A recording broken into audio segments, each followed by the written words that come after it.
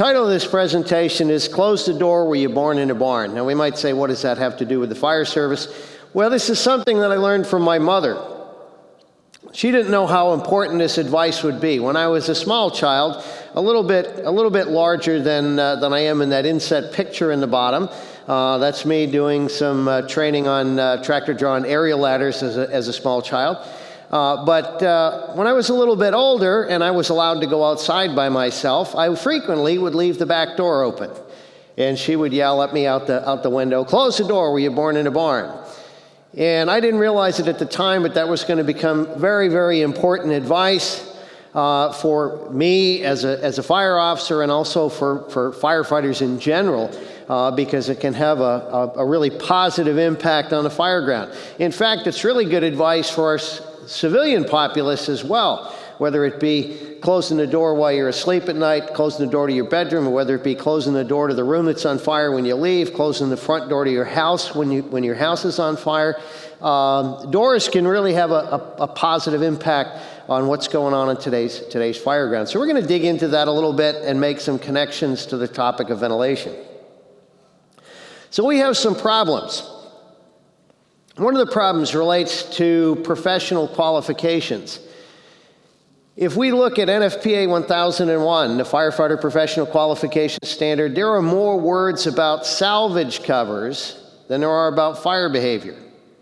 Now, I know that to be a fact because I actually counted them.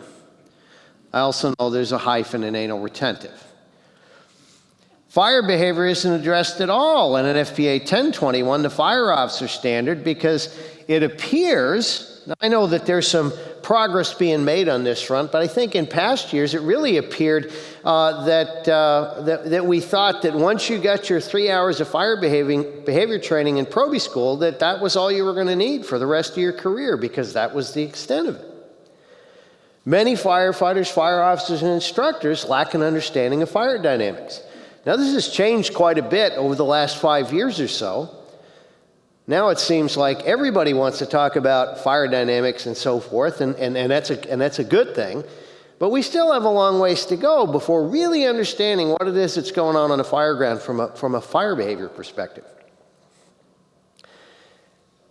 Another set of problems is the fact that response to structure fires is a low-frequency, high-risk activity. We don't go to that many fires. Again, as I said earlier, some people go to more fires than others, but we go on a lot more EMS calls than we go on fires. We maybe go on a lot more car wrecks and other kinds of events than we go on fires in buildings. So we have fewer fires, we have less fire experience, and as I said this morning, experience is important, but it's not sufficient. Because when we try and figure out what happened simply based on our experience, sometimes we get it right and sometimes we don't. The guys that were in charge, and I was blown out of the building by a backdraft, they were using their experience to figure out what was going on, and they were wrong. Because that was the only thing that they had. They had no real substantive theoretical understanding about how fires burn in buildings and what happens when you begin to consume the oxygen and what happens when that fire goes into a decay state and then we change ventilation. Now, they could tell you the definition of backdraft, and they could say, well, yeah, it's caused by inappropriate ventilation. But they didn't recognize that's what was going on.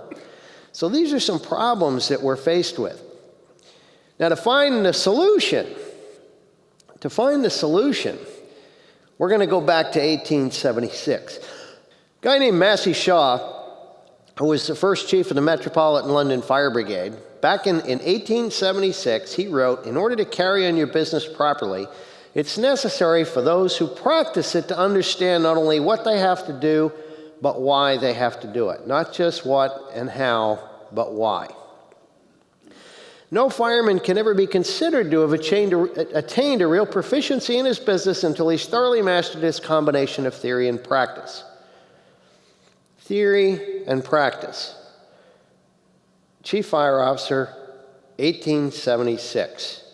I think this is the only, no, I actually have a couple other things from dead English guys in the presentation, but I'm fascinated by this. In fact, this book, Fire Protection by Massey Shaw, when I left Gresham, Jeff Dana, who was just up here. He bought me a used copy of this book that he found someplace. I'm not exactly sure where. But I'm fascinated with this guy because many things that he said back in the 1800s are still true today, both about the craft of being a firefighter, about fire service culture, a whole bunch of things. I mean, it's fascinating. It's like the guy was centuries ahead of his time. So as a starting point, we think about a couple of things. Proper ventilation cannot be accomplished haphazardly. How many people in here have read NIOSH death in line of duty reports?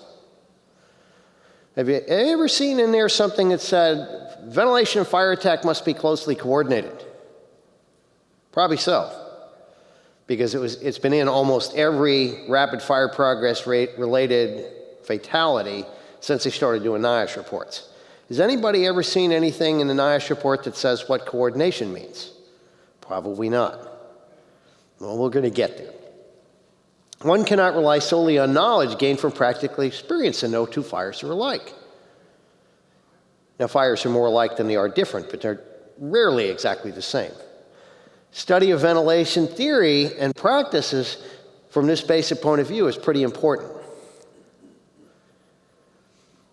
If we have an understanding of what's taking place in a building and what effect tactical operations will have, we're better prepared to assume the responsibility of ventilating a structure. When do you think that was written? Wasn't in the 1800s. When do you think that was written? Is that some relatively new part of the UL ventilation research or something? Actually not. It was in the IFSTA ventilation manual published in 1970.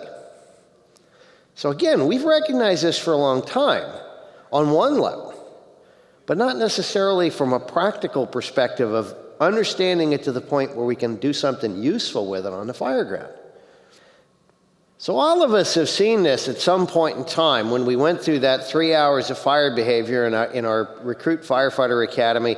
We saw some kind of a curve. Might have been temperature versus time. Probably wasn't heat release rate unless it was fairly recent. And we saw some different things: incipient growth, fully developed, and decay. Maybe the words were different, but something that looked like this. And we sort of had a sense of that. We had to be able to answer multiple choice questions about that. Most of us anyway. Ray Kellstrom had to do essay questions about this, so that's a little bit different. He got a little bit deeper understanding, and he got a little bit more than 3 hours. But we all have seen that. So as a starting point, some things remain the same, and others have changed dramatically.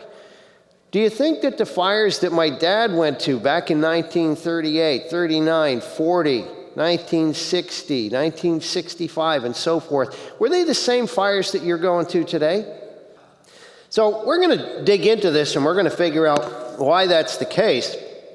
And there's a warning that there's going to be some science. It's kind of like Jeff was saying, that nobody came here to learn about math. Nobody came here to learn about chemistry or EMS. Well, I'm going to talk about fires, which is why everybody's here. But I'm also going to talk a little bit about science, so don't be afraid. Now, one of the things that's kind of scary is in this particular slide, there's a mathematical formula behind the little baby that's freaked out there. Actually had somebody in class one time that knew what that formula was, which was a little bit weird. So the outcomes, what we're going to try and accomplish this afternoon, is recognize differences in the modern fire environment. Some of them I'm sure that you know, some you may not. Understand the importance of heat release rate, just something that we sort of understood a little bit before, but we have a lot better handle on it now. Recognize the relationship between oxygen and heat release, and I'd say if there's one thing you're going to take away from today's session this afternoon, if we understand the relationship between oxygen and heat release, I will have succeeded in passing on the most critical message. Understand stages of fire development. It's not quite so simple as what we learned in rookie school, where it was incipient growth, fully developed, and decay. It's a little bit more complicated than that. Differentiate between ventilation and tactical ventilation. We've been taught a definition for years that kind of has a little bit of a hole in it, and we're going to figure out what that is.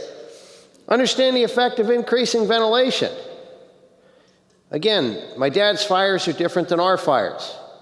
Increasing ventilation has an impact on fire behavior absent the application of water. So we need to understand that if we're going to come up with a plan to figure out what is this coordination between ventilation and fire attack that we're reading about in these NIOSH reports. And understand the application of some concepts that I'm calling tactical anti-ventilation and tactical ventilation. Now, tactical anti-ventilation doesn't mean I'm against ventilation. We'll kind of get to that a little bit later on. Understand how to integrate and coordinate each of these pieces: anti-ventilation, tactical ventilation, and fire attack. And that's actually a pretty simple thing. And hopefully you will be able to develop doctrine to guide fireground ventilation strategies. Now, whether you're in a position to do something with that or not, well, that depends on where you are in your organization. But as was said earlier, you can lead from anywhere. So the modern fire environment, I describe this as fire in a box. We take and we think about fires in buildings. I mean, they have walls, they have a floor, they have ceilings, they kind of form a box. And when I talk about a compartment fire, I'm not talking about a single room. I'm talking about a fire inside of an enclosure: walls, ceilings, floors, and so forth. And as it says on the slide, open carefully and have a charged hose line, because things are going to change when we open the box and we go about our work. Now, what's different? This is a photograph that was in National Geographic magazine, and this family of four took everything out of their house that was a synthetic material and they put it in the front yard. That's one of the things that's different in our homes today, in our commercial buildings, pretty much any place that we go. When I was a kid, we had wool carpet on the floor. There was a little, really thin rubber carpet pad. The TV was in a wood box, black and white TV, wood box, AM radio in a wood box, wood end tables. The couch had natural fiber padding. Everything was natural materials, except for the plastic cover that my mother put over the furniture so that I wouldn't get it dirty. Today it's very different. If I think about my living room, there's the synthetic carpet with a nice thick carpet pad. There's the 60-inch TV, plastic. There's a bunch of furniture with polyurethane foam cushions and so forth. Very, very different environment. So we'll find out why that's such a big deal in a little bit. What other kinds of differences? Can somebody tell me something else that's different today if I look at a modern house versus a house that was built back in the 40s and 50s? What's something that would be different? What's that? Size. How big is it? Houses have gotten bigger. Another thing that's changed is not only has the house gotten bigger, but the rooms have gotten bigger. And maybe they've got big high ceilings. Was there something else? Yeah, open floor plan. And buildings today are more energy efficient. We're managing the air movement in the structures on a day-to-day basis a lot differently than we used to. Air conditioning when I was a kid was you opened up the window. Today, maybe the windows are closed and we're using some sort of air handling equipment. So there's a lot of differences in the built environment. Buildings are constructed of different material.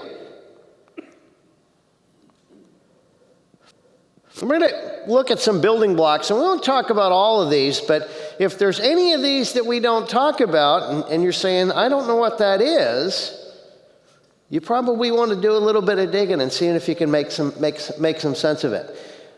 Heat of combustion, or how much energy does the fuel have? Burning regime. This is something we didn't used to talk about, but fire development is either driven by the characteristics of the fuel and its configuration, or by the amount of oxygen that's available. Which one of those is driving or limiting fire development is absolutely critical to us.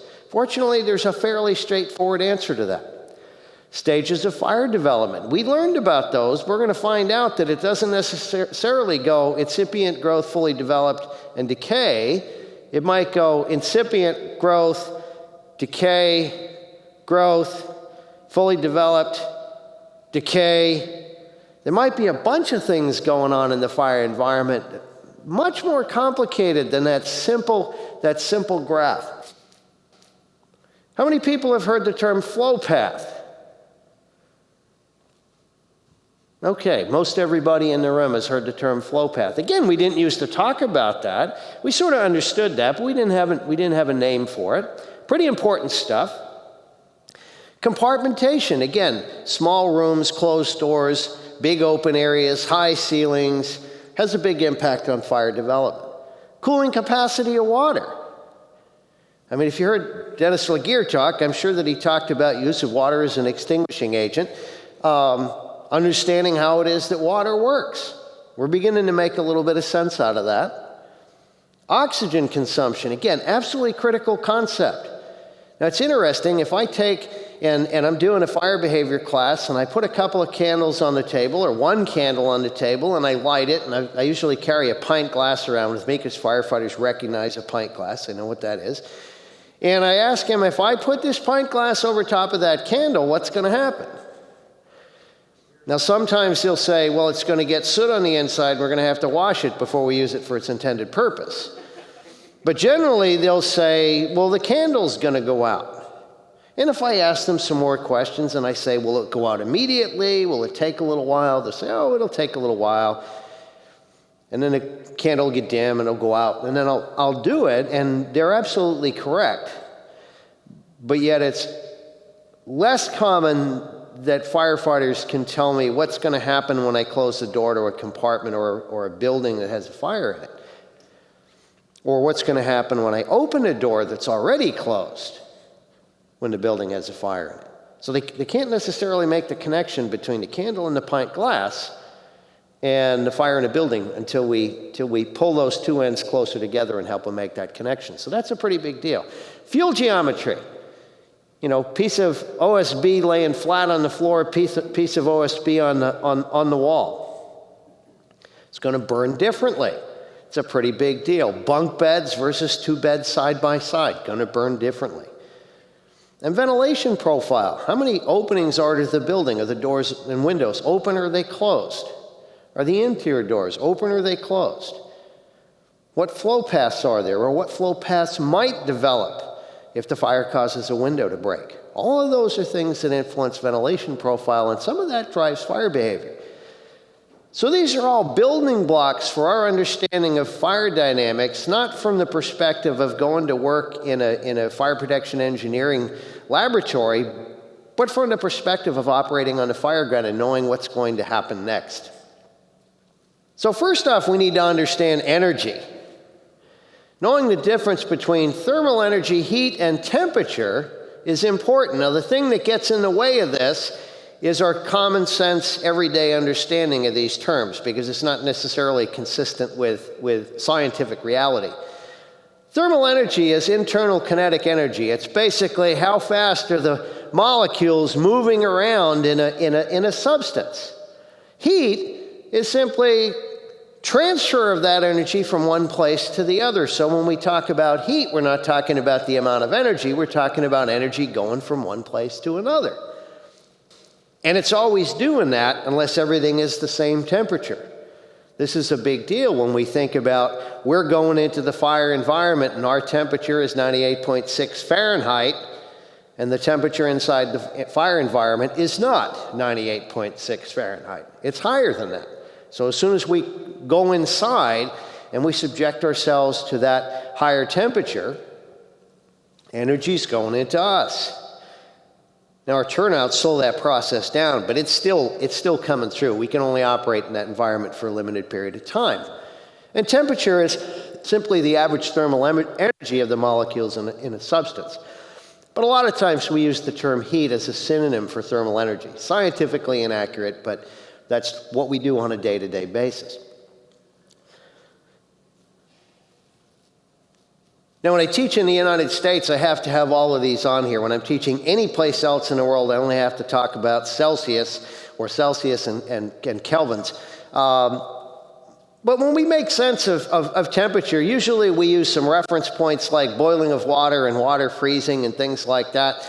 And as we can see, there are some different scales that we might use. Again, my colleagues in the rest of the world, they use Celsius, we use Fahrenheit. Kelvins, or a thermodynamic scale, that starts with the temperature of 0 being absolute 0, where there's no molecular movement.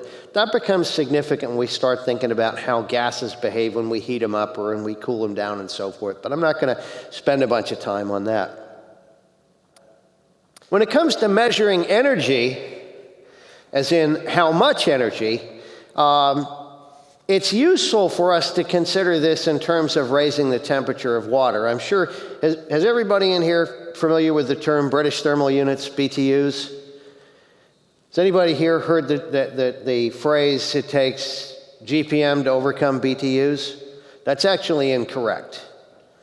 That's incorrect, because BTUs are an amount like gallons. If we said gallons to overcome BTUs, that would be okay. If we said gallons per minute to overcome BTUs per minute, that would be okay.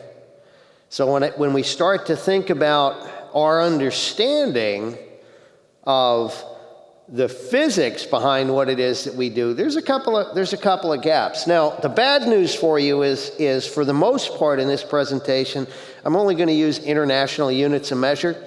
I can translate those into our standard American units if somebody would like. The units are less important than the concepts, but the international unit of measure for energy is the joule. Where would I hear the term joule in the United States, particularly in the fire service? EMS. Yeah, in EMS. Energy which we deliver shock to a patient in cardiac arrest. Well, the thing is with joules is that the same unit of measure is used for electrical energy, for mechanical energy, and for thermal energy. So if we think about this, and we want to make a comparison to BTUs, BTU being the amount of energy it takes to raise the temperature of a pound of water 1 degree Fahrenheit, if I've got 4,186 joules of thermal energy, that'll raise the temperature of 1 kilogram of water 1 degree C. So we can look at those as being pretty much the same thing. So if I'm talking about joules, we can think about BTUs. It measures the same thing. It's just a different scale like Fahrenheit and Celsius. Heat of combustion, now we've talked about this in fire behavior training before. That's the total amount of energy released when a specific amount of fuel is oxidized, and it's measured in joules per gram or kilojoules per kilogram, or BTUs per pound. So again, same thing, different units. Now, which has more energy per pound, wood or gasoline? It's not a trick question. Gasoline. We're going to find out that if we look at many synthetic materials in a built environment today, they have a lot more thermal energy, potential chemical energy rather, than natural materials. So that's one of the things that's changed, is that the heat of combustion of the materials that we find in a fire environment, there's a lot more. Now the other thing is we also have a lot more stuff than we used to have. So the number of pounds of fuel we find in homes and commercial buildings has gone up as well as its energy content. So it's sort of like a double whammy. So if we look at the slide, for example, if we're looking at wood and then we look at things like polyethylene and gasoline and things like that, it's much, much higher, at least twice as much. So that's one of the changes in the fire environment, is we have a lot more potential energy, chemical potential energy that can be converted into thermal energy through the process of oxidation. So we got to make another stretch here. If we know about energy, the amount of energy, and we think about how quickly that's released, we measure that in watts. A watt is a joule per second. So we're seeing there's a connection between these units of measure. Now, where would I see the unit of measure watts used in the United States? Not so much anymore, but used to be very common. Got to be some old people in here. Light bulbs. Light bulbs. 100-watt bulb versus 60-watt bulb. 100-watt bulb puts out a lot more light, but the interesting thing about incandescent light bulbs, and one of the reasons why we don't see them quite so much anymore, is that they would release more energy in the form of heat than they would in the form of light. They weren't particularly efficient at producing light. So we're changing to some other technology. Well, the interesting thing is that when we think about fires, energy release, or the rate of energy release, is also important. How do we determine what is a big fire? What's a big fire? Size of the orange. Size what? Size of the fire. Size of the orange. Okay, how much visible flame we see?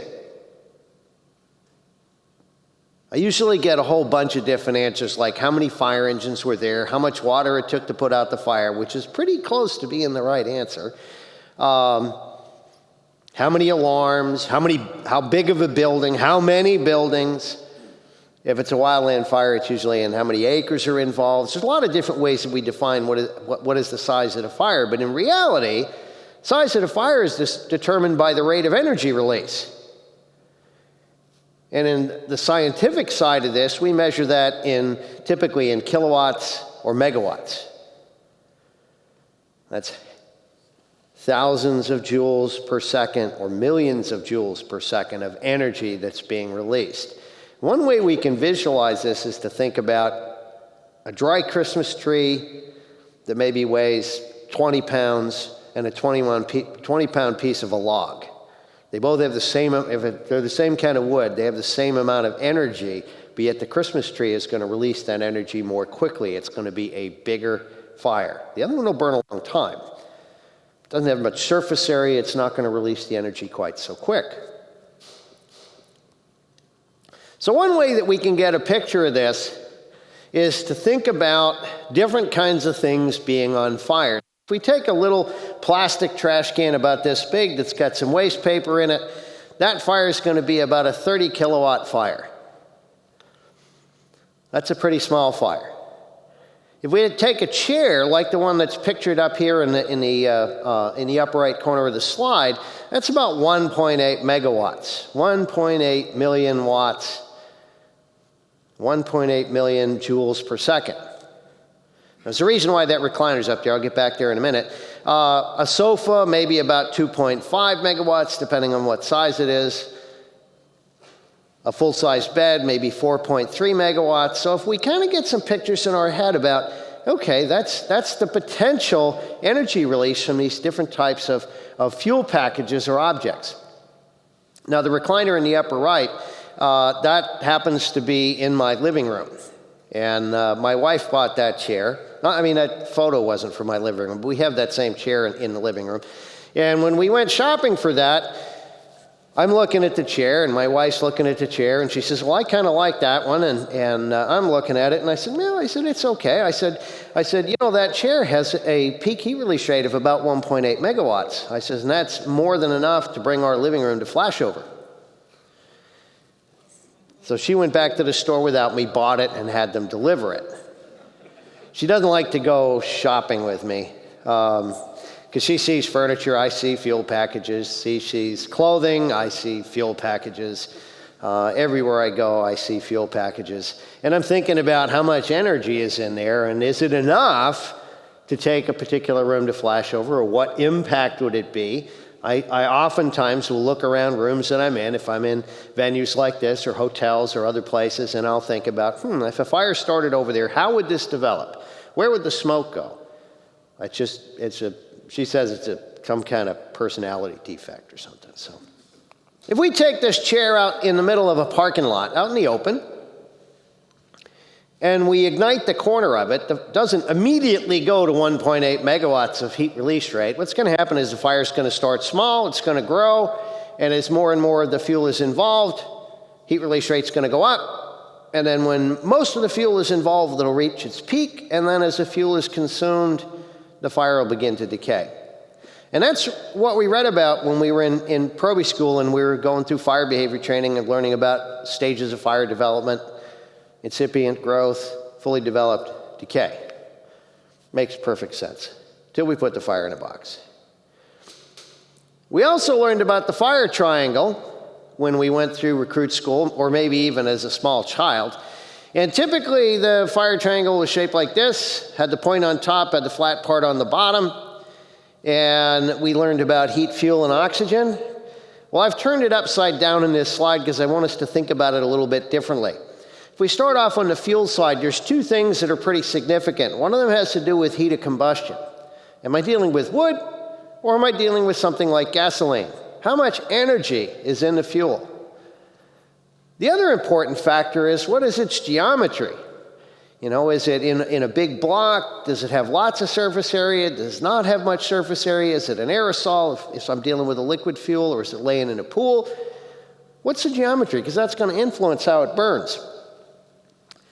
On the other side, where I've got oxygen, if I'm dealing with a fire in a building, what's important is compartmentation and ventilation profile. Big room, little room, doors open, doors closed, windows open, windows closed. How big is the space? All very important things in looking at how fire's going to develop. And then this oxygen consumption principle, which is absolutely critical. If you don't take anything else away from this afternoon, if you understand that, I think we will have gained huge ground. Both the fuel and the oxygen pieces impact on heat release rate. How quickly do we release the energy? What is the power of the fire? Because that's what drives increase in temperature. So we're going to dig into each of these pieces for a little bit. Fuel geometry influences heat release rate.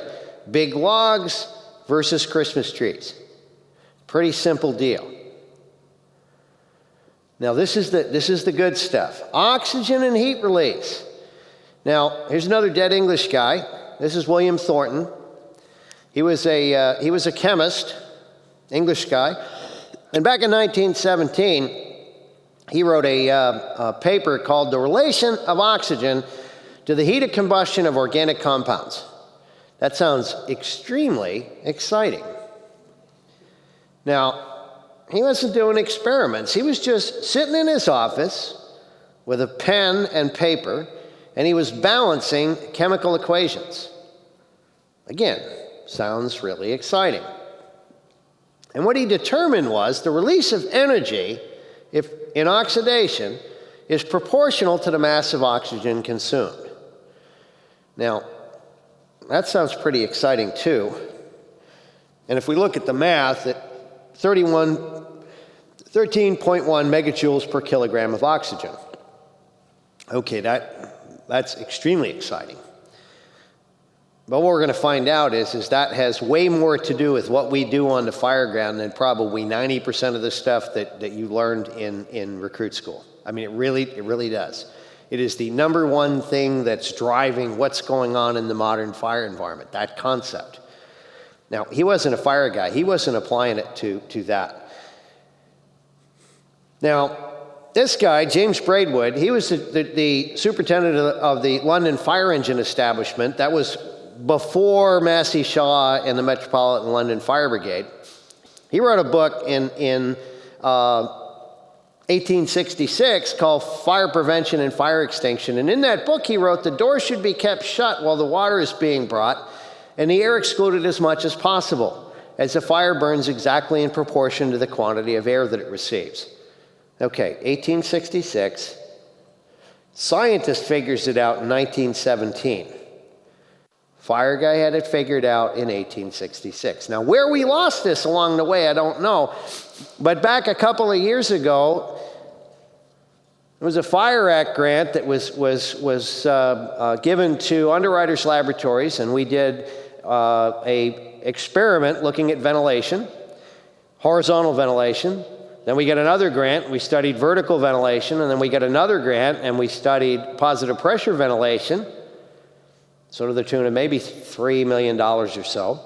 Very, very useful, good stuff that came out of it. But you know one of the things that we figured out? The door should be kept shut while the water's being brought and the air excluded as much as possible.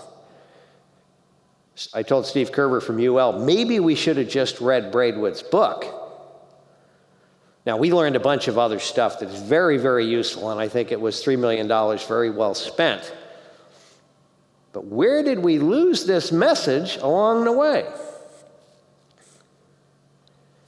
Now, one of the challenges is that we know that 13.1 megajoules of energy are released for every kilogram of oxygen that's produced or that's consumed.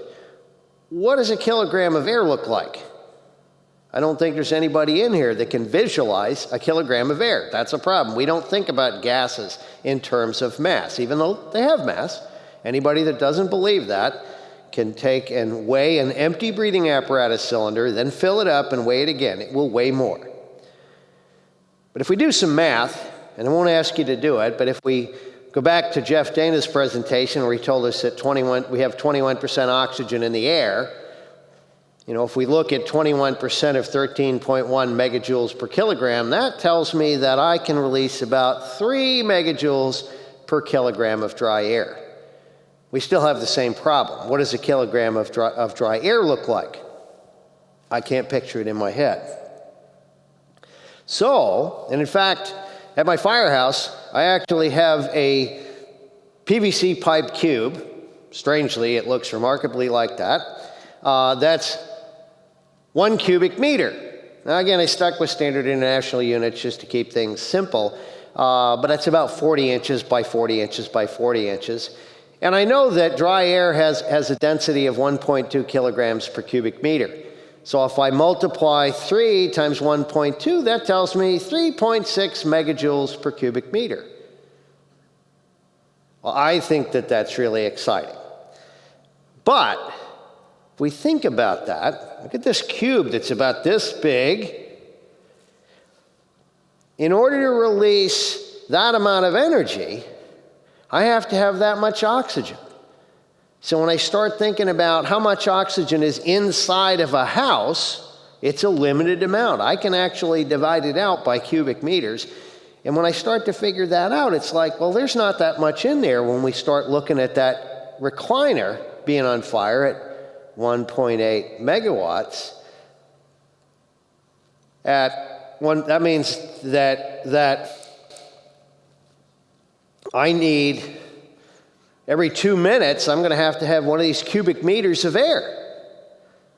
And that's a problem. Because now that everything's sealed up, oxygen concentration is going to go down in that space, and I actually don't have to get down to 0. I only have to get down to about 15% flaming combustion stops, unless I have very, very high temperatures. So we can see that if I think about the candle and the pint glass, and I think about the recliner inside the house, it's sort of the same thing. So that 1.8 megawatts, that's gonna take a small room to flash over. But then the question is, then what happens?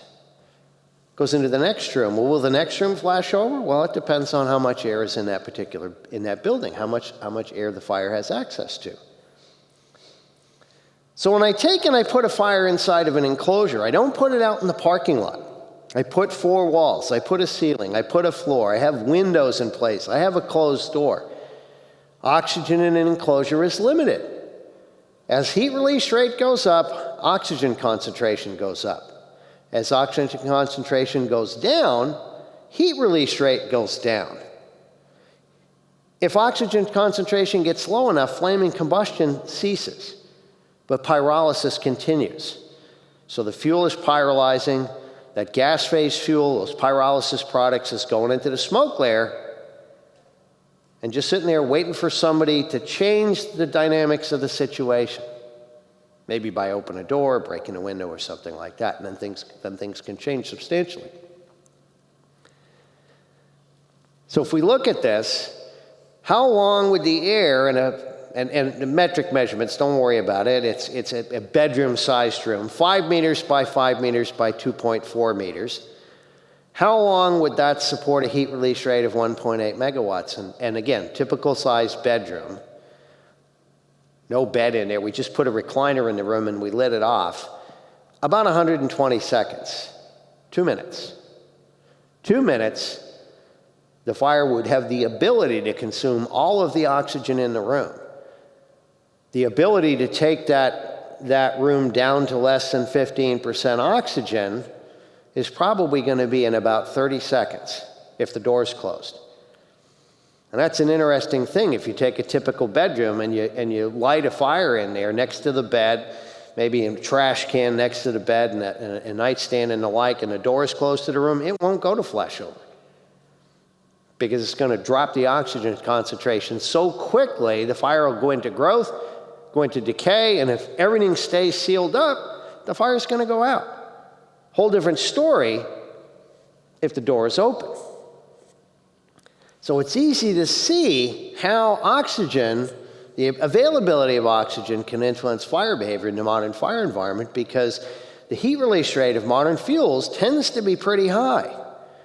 There's way more fuel in modern buildings than we have oxygen. Well, that becomes a really significant factor. And that takes us to burning regime.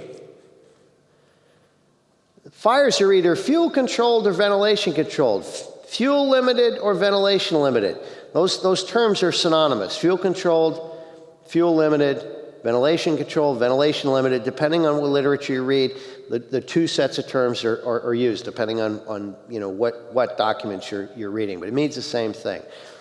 Fuel-controlled fire growth is predominantly limited by the fuel availability and characteristics. And back in the day when my dad was fighting fires, and even when I started on the job, when we went to fires, fire development was being limited by the fuel.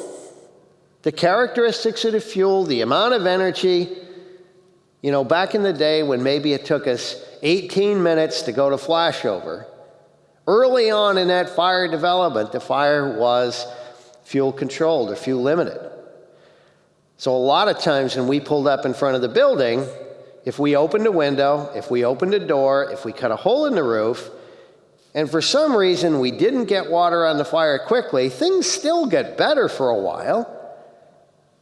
Didn't mean we could dawdle indefinitely, but things improve. Today, it's a little bit different. Today, living room probably is going to go to flashover in about 3.5 minutes. Now, unless we're right across the street from the firehouse and we saw smoke coming out and we didn't have to wait for the dispatch center to process the call and tap us out and send us on the call, there's not very many times in between ignition and our arrival that it's going to be 3.5 minutes. But again, the thing is there's limited oxygen in the house. Some of the time we get there and the fire's not gone to flashover, or maybe it's gone to flashover in one room, but not in the rest of the house because of that drop in oxygen concentration. So most of the time today, when we arrive at fires, the fires are ventilation limited. Fire growth is being driven by the availability of oxygen. And anything we do that changes that, absent the application of water, fire's going to get bigger.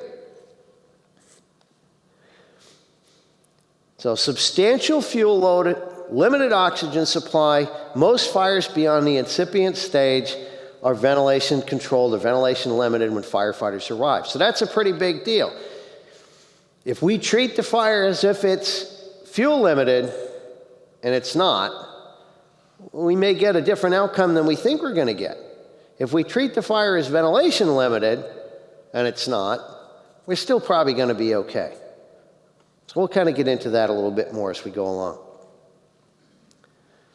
So fuel controlled or fuel limited fires are limited, or fire growth is limited by the fuel characteristics and geometry. We can find this in the incipient growth or decay stage. Fully developed fires inside of compartments are by definition vent limited. That's why fire is coming out through openings and things like that. We have fire showing and the like because there's not enough oxygen inside to burn up all the fuel.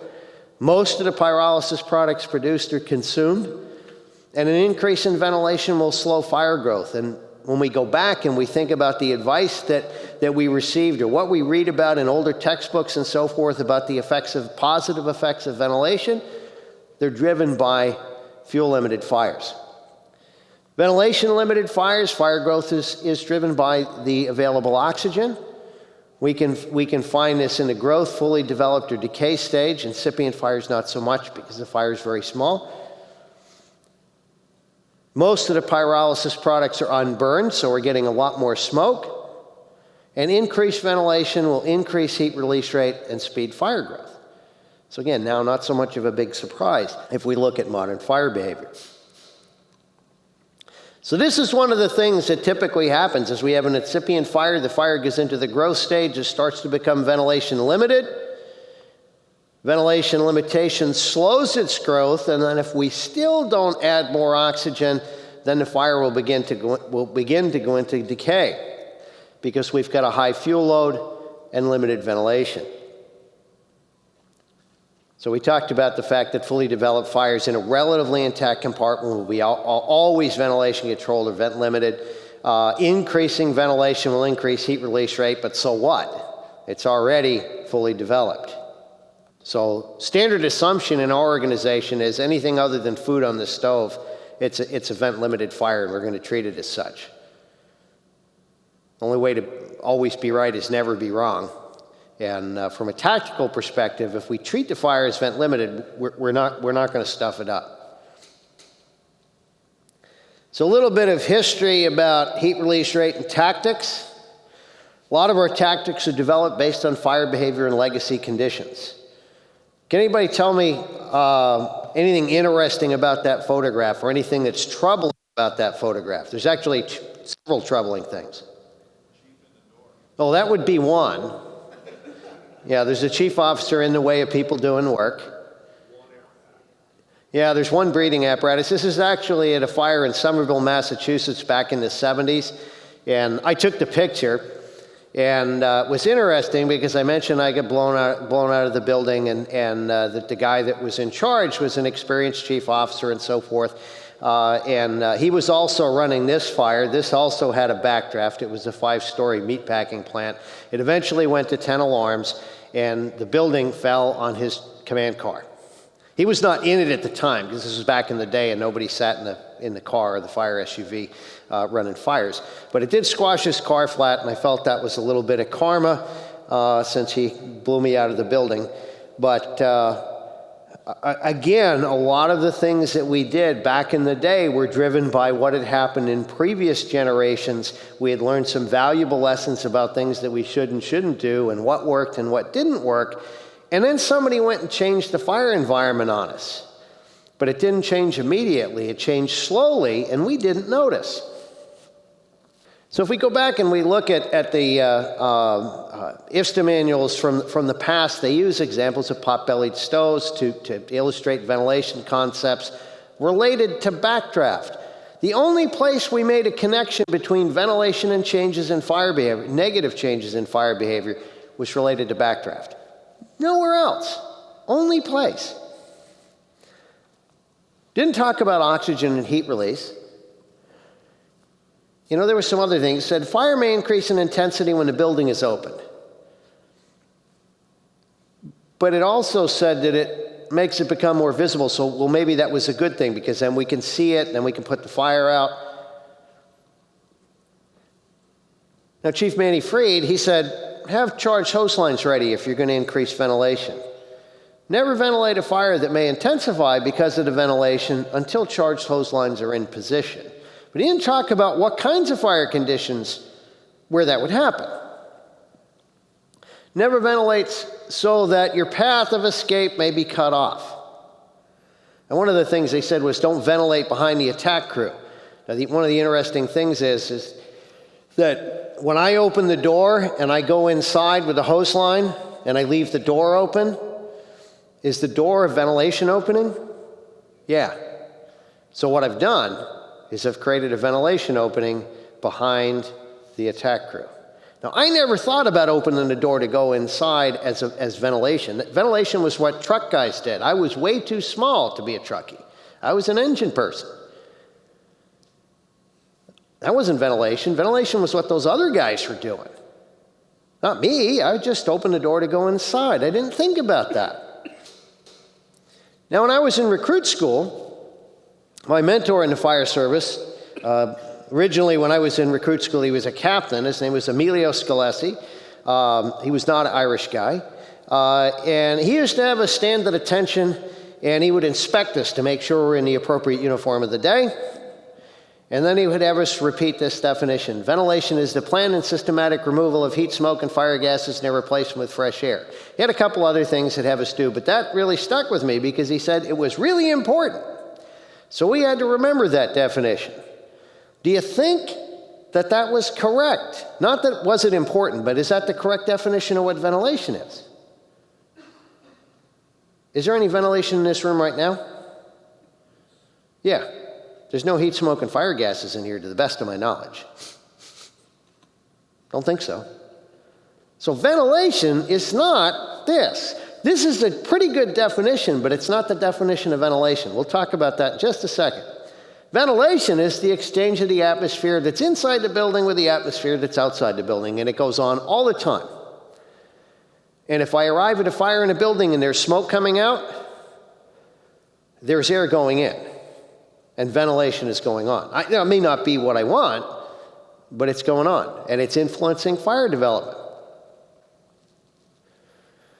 Now, the term flow path, I distinguish between flow path and the movement of gases. Now, many people use flow path to refer to the volume of the space between the outlet, or the inlet and the outlet, or the inlet, the fire and the outlet, and the movement of gases. I separate those apart.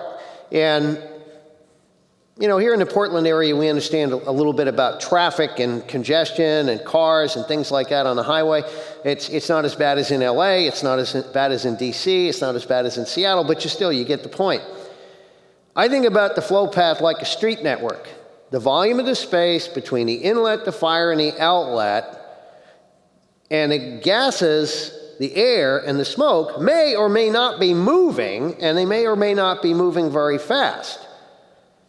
They can be moving quickly, they can be moving slowly, maybe they're not really doing too much of anything, just kind of poking along, but the space is still the space. I have to think about existing flow paths. Where is the air coming in? Where is the smoke coming out? And I also have to think about how that might change, because if I've got windows have glass. If I have flame impingement on the glass, or the temperature gets high enough, or the pressure gets high enough, those windows might fail, and now the flow path is going to change, and the movement of hot smoke and fire gases and air may also change. Listen, pay attention to the guy with the pike pole.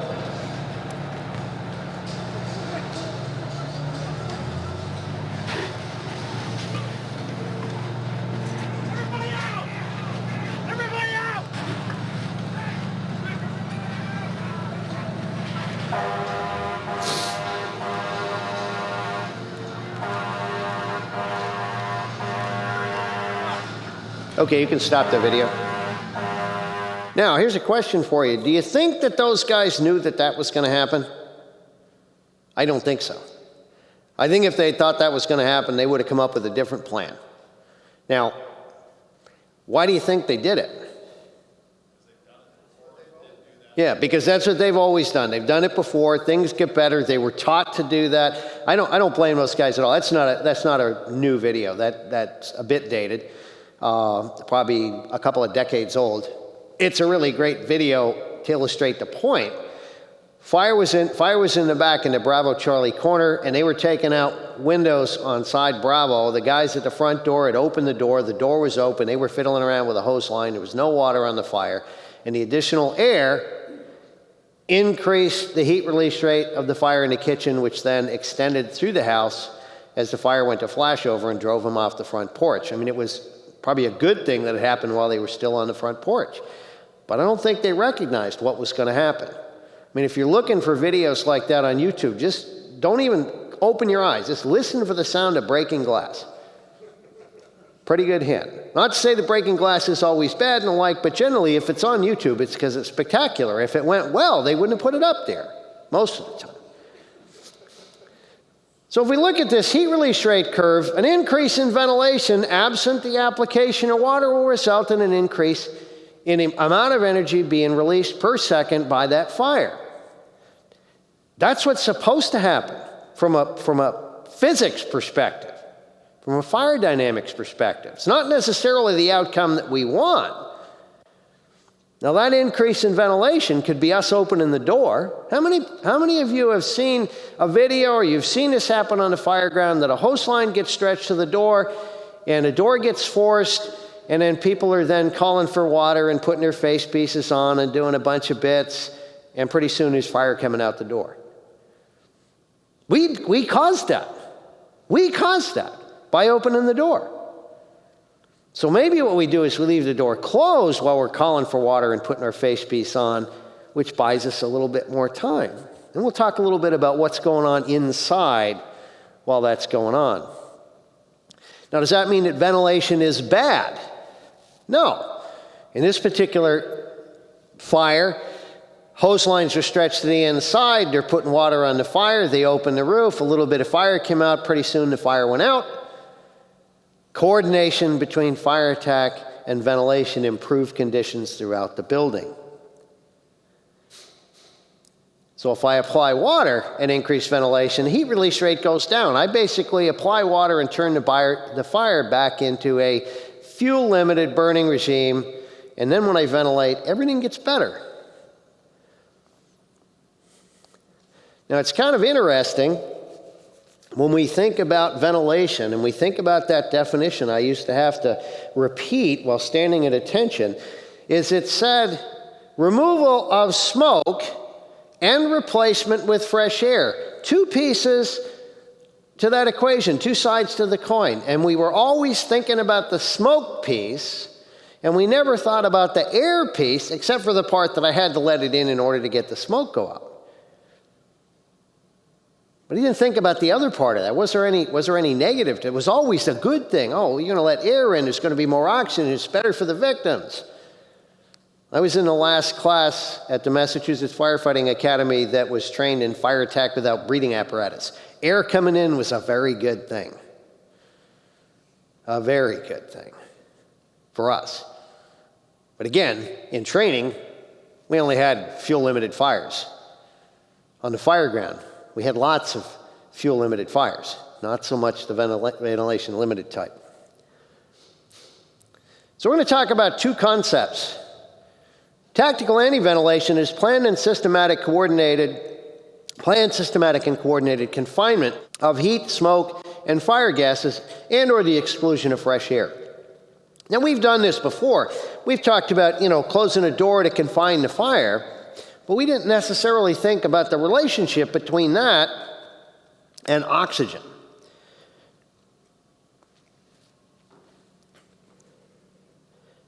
Now, some ways that we can do that are with processes of door control and door entry procedures, disciplined tactical ventilation and pressurization of exposures to keep smoke from spreading into the exposures.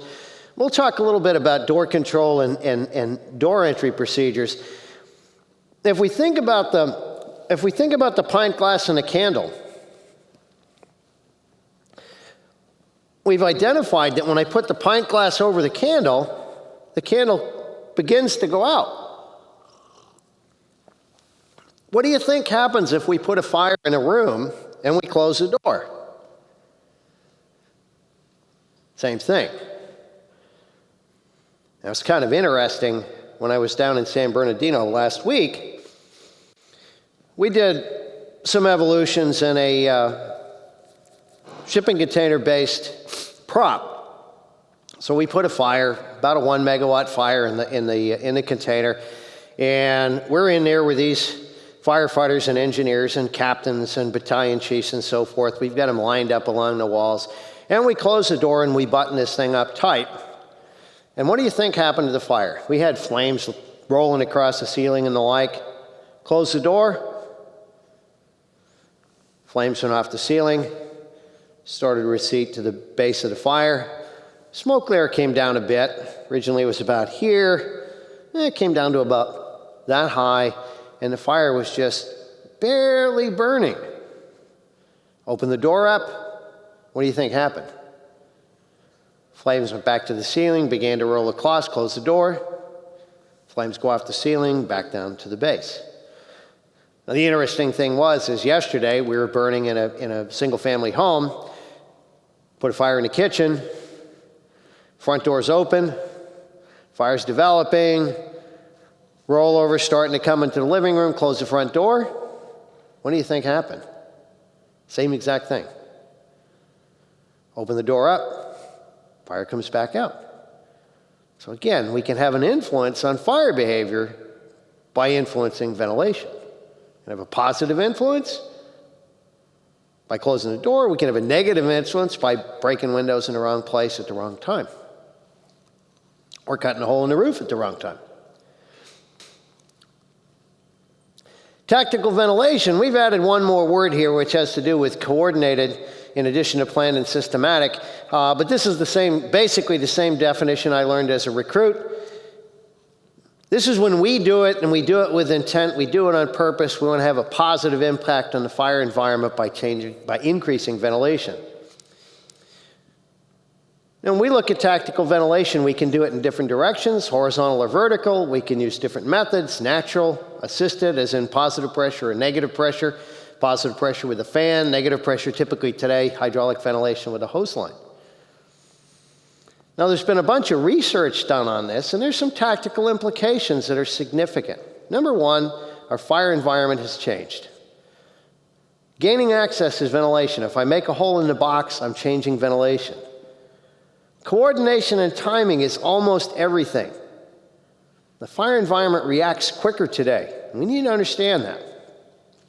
Operations in the flow path, but particularly in the downstream flow path, present a significant risk.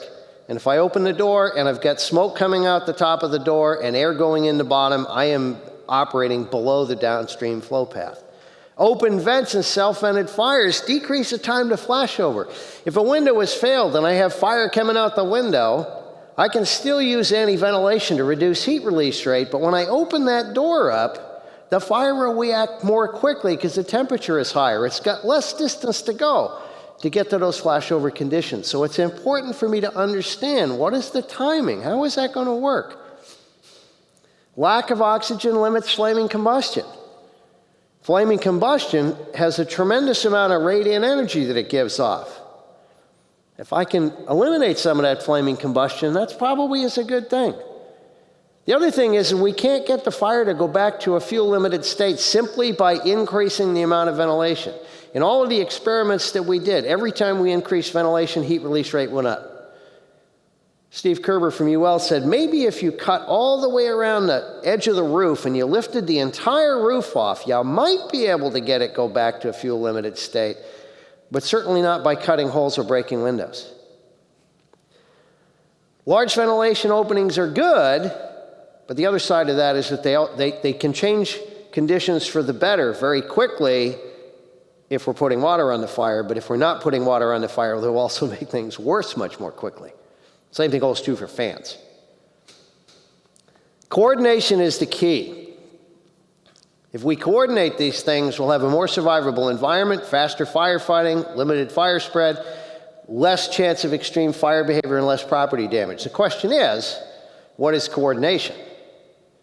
I think one of the first people to really say this out loud in front of people where somebody might hear him was Deputy Chief George Healy of FDNY. He was at FDIC a number of years ago, and he says, I'll tell you what coordination means. It means put water on the fire first and then ventilate. Now, that's a hard thing for some people to buy into. There's a lot of people that truck companies doing ventilation, engine companies doing water application stuff, that those two things are not real connected. You know, we know what the division of labor is.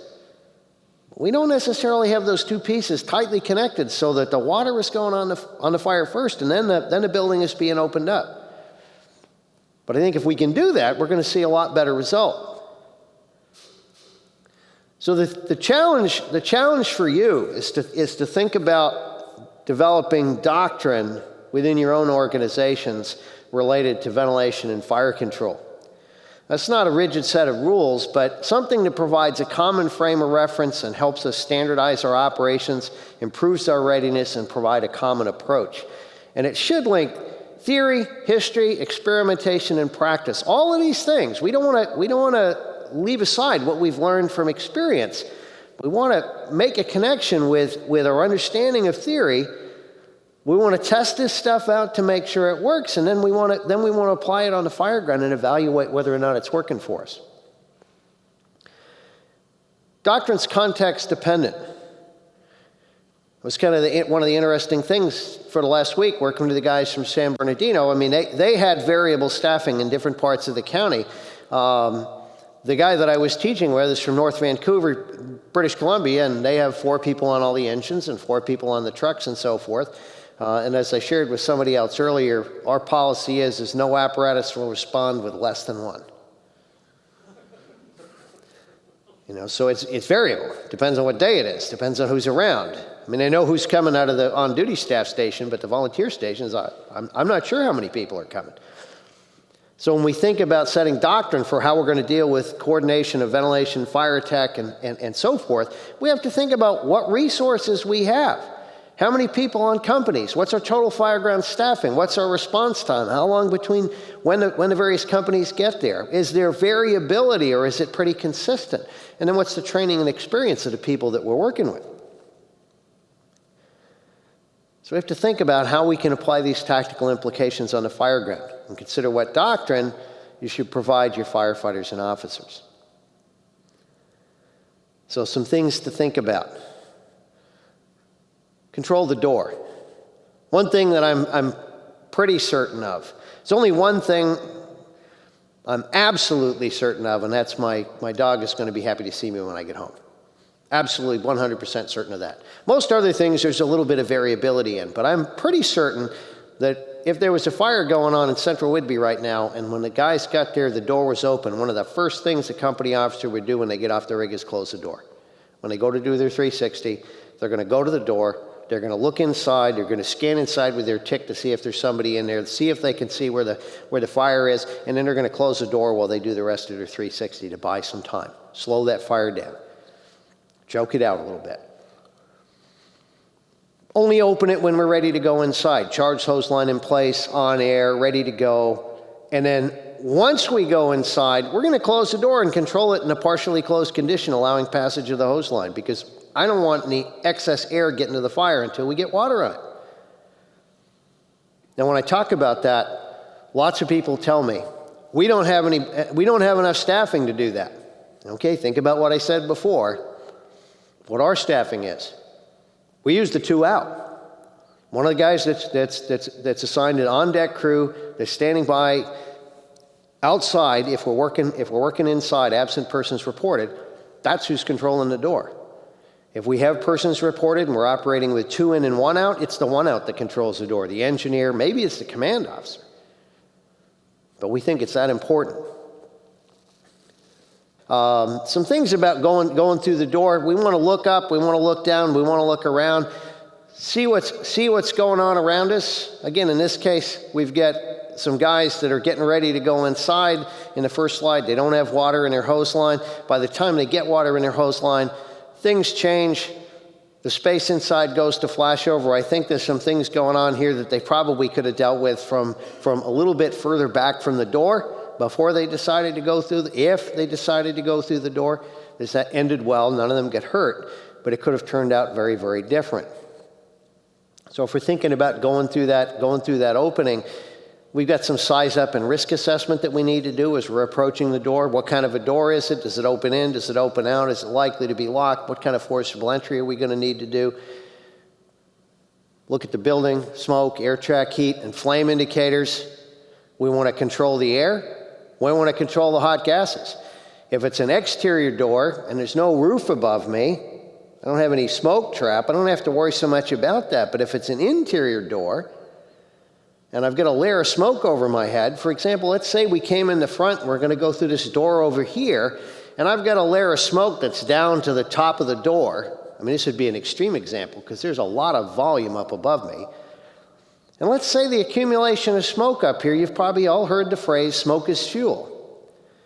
If I've got this big accumulation of smoke all the way down to the top of the door and I open that door up and flame comes out, what do you think is going to happen to that smoke?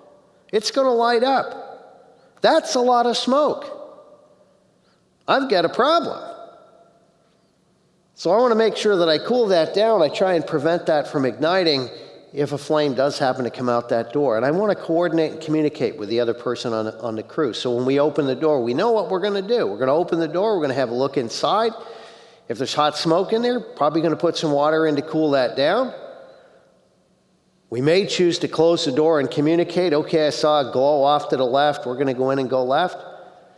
Open the door back up, cool the gases, and make our way into the fire. We want to control the door after entry. Door's a vent point. If I can close the door and slow the movement of those gases, that reduces the risk to me that fire is going to extend to my position. Once I get water on the fire, open the door, increase ventilation, all is good. So pretty simple process. We want to control interior doors to control the flow path. They're an effective barrier to fire and smoke spread. In fact, what we found in the UL research is when the doors, if you had a closed door, there was survivable space behind there. So if we're working our way through the building, we come to a door that's open to a compartment and we close that, that may be a place of refuge if we get jammed up.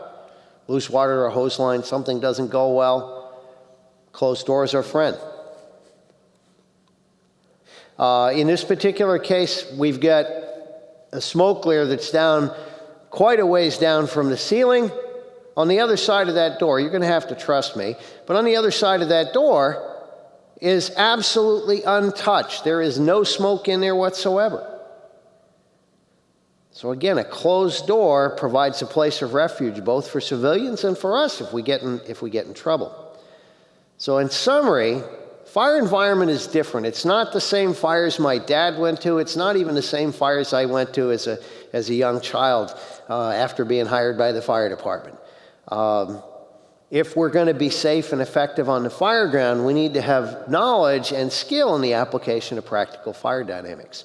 So I'll give an additional plug for UL. If you go to the UL Firefighter Safety Research Institute website, they have a number of online courses that look at the results of the research and provide a pretty good practical understanding of fire dynamics. A lot of them have a summary course that you can do in about an hour.